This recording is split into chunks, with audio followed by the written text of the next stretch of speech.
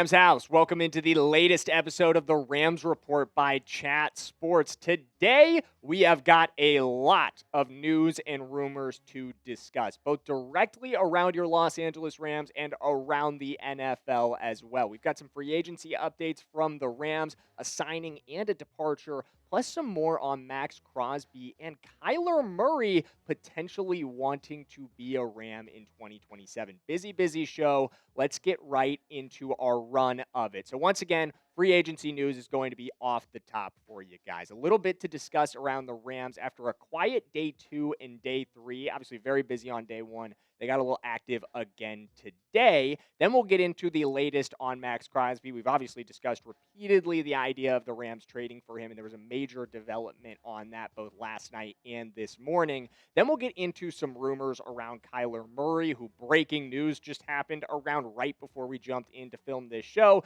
And then we'll round out with some updates on what I think might be coming for the Rams defense in 2026 based on the signings that we've made. So let's get right into it with the notable news around the departure of Tutu Atwell. So this one happened about 2 p.m. today. The Miami Dolphins announced that they have landed Tutu Atwell in free agency. He is departing the Los Angeles Rams, and this is something that we kind of expected. Atwell signed a 1-year, $10 million contract last season and just did not live up to it. You look at the numbers from last year: 6 receptions in 17 games, 15 targets. Again, less than a single target per game, 192 yards, a lot of which came on one big catch against the Indianapolis Colts. That's also his only touchdown for the year. It was not the year we wanted from Tutu Atwell. You end up paying him $1.6 million per catch and $10 million per touchdown, given that he only had one. Him leaving was never a big surprise, but it does leave you with a gap on your depth chart. And it's a gap we kind of knew we were going to have. Jordan Whittington and Konate Mupfield, as well as Xavier Smith, are kind of going to be in competition to be that third receiver as of right now. But I also expect that the Rams are not done adding to this team, and especially to the receiver depth chart. I think they have a decision ahead of them over the next couple of weeks. So I want you to sound off on this decision right now. Do you want to see the Rams fill their receiver 3 hole with a free agent, somebody like Jawan Jennings coming in and signing with the Los Angeles Rams, or do you want to see a rookie come in at 13 or later down the board and try to fill that spot in the draft? Guy like Mekhi Lemon, maybe a Jordan Tyson, whoever you want at 13 or down the board. Let me know in the comments, are you team sign or are you team draft? Let me know by commenting one of those. And then we'll get into the other end of the Rams free agency news today. We've got a signing to discuss. Speaking of sign, as some of you are surely commenting right now, Grant Stuard has signed with the Los Angeles Rams. The linebacker comes over from the Detroit Lions and previously with the Indianapolis Colts. And I believe that connection is why he has landed with your Los Angeles Rams. He's a Bubba Ventrone guy, somebody that he had during his time in Indianapolis, obviously there from 2018 to 2022 with Grant Stuard during his second season in the NFL. And it was one of his best in the NFL as a linebacker. Bit of a down year last year with Detroit. Didn't really have a role for them as a full-time starter on defense, but a great year on special teams. I expect that'll be his role. Obviously, the connection to Bubba Ventrone. I think Bubba wanted someone that he could rely on to lead that special teams unit. That will be Grant Stuard. He's also a great locker room presence from everything I've heard around him. So a 2-year, $5 million contract for Stuard to come over and play for the Rams. So good pickup there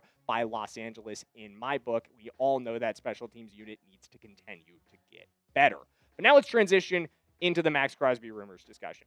And I'm not going to lie, guys, this isn't what we were hoping for. This tweet, when it came across my phone at like 10:30 last night, I just went, damn, like, there goes that, huh?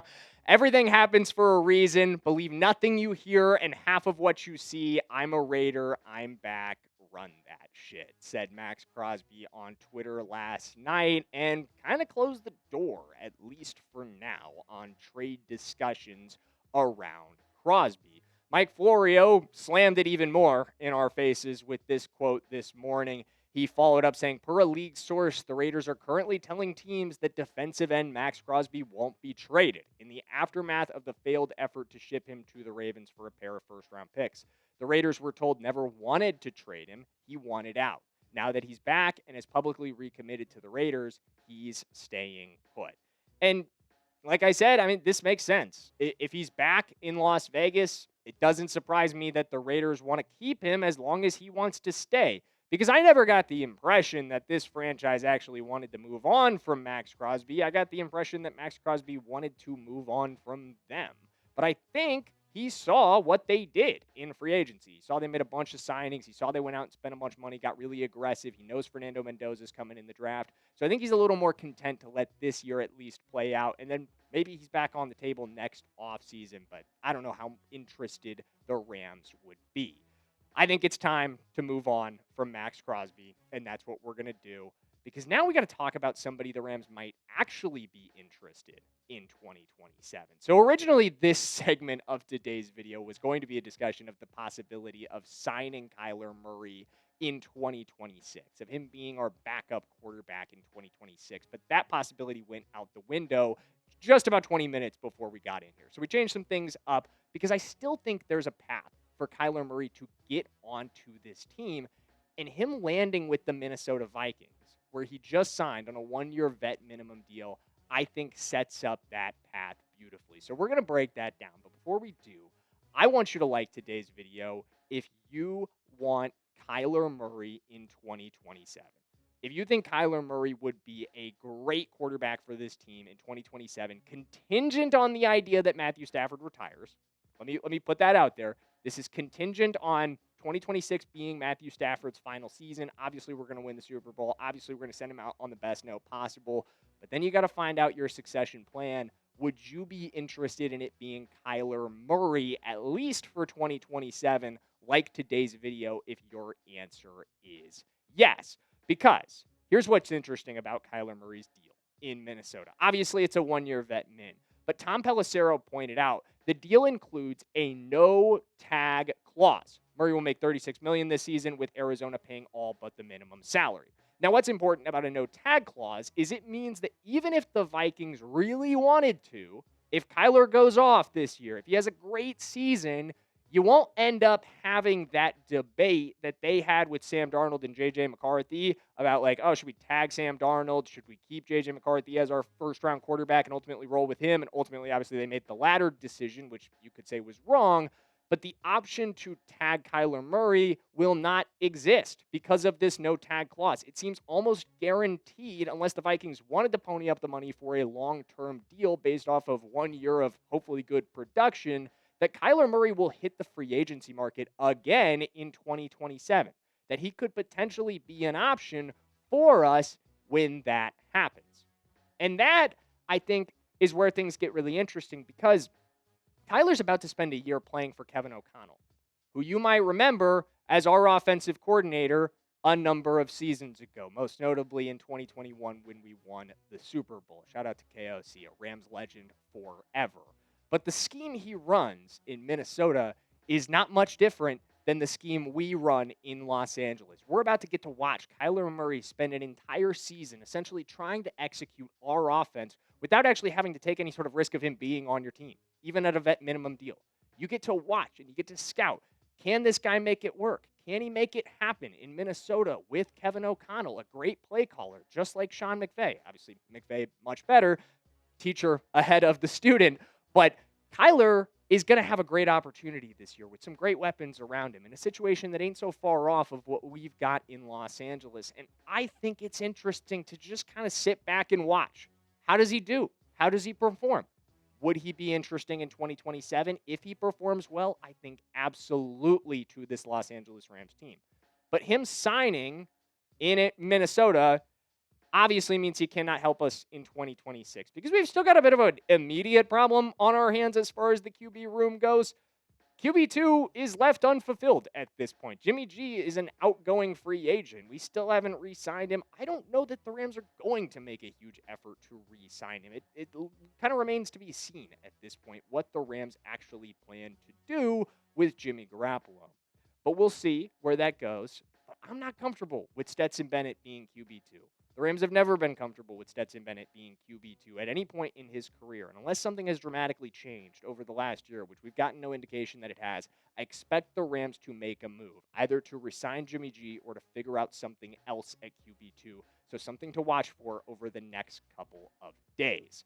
Speaking of moves for the Rams, all of their ones that they made during the legal tampering window are now official, including the trade for Trent McDuffie and his extension, as well as the signing for Jaylen Watson. And watching all these graphics get posted on social media, which looks so good, shout out to the Rams social media team, it makes me think the Rams are building something here.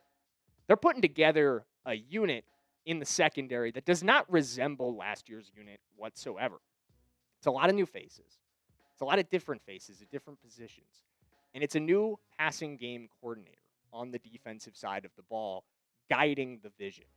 Jimmy Lake has taken over, and he is clearly a little large and in charge as far as secondary decision-making goes, because he's getting his guys. Trent McDuffie, Jaylen Watson, both guys he knows.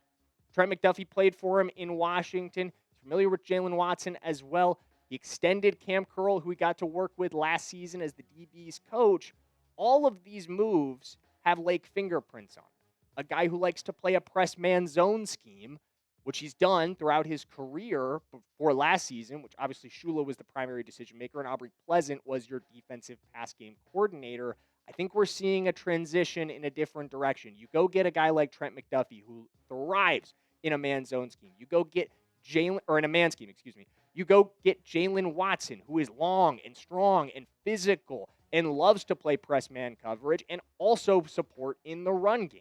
You've got a depth chart here that is A, just massively improved from a talent perspective over last season's group, but B, that is much more physical, that is bigger, that is longer, and that is stronger than last year's defensive back group. I think that's the biggest sign that we've seen. The biggest move that we've seen for this Rams secondary is a move to a different style of corner that sets you up to play a different style of defense next season, one that I think will be more successful. One that I think helps you stop guys like Jackson Smith and Jigba, who tore you up in the NFC Championship game last season.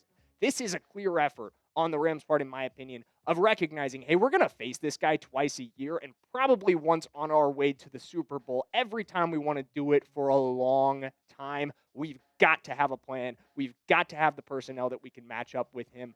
And this Kansas City Chiefs corner duo was unbelievable last year in making what we want to make happen. Tight window throw percentage and average yards allowed per coverage snap. That's what this graph is graphing. Excuse me, that's the word for it. Graphing doesn't really make a lot of sense there, but they are up in that top right quadrant. If you see them both, that's exactly where you want to be. McDuffie and Watson both in the top right quadrant for highest percentage of tight window throws and lowest yards per coverage snap allowed. That top right quadrant is ideal. Obviously, the best you could be would be as far into that top right corner as humanly possible, and they're moving in that direction. Big stuff. Big stuff.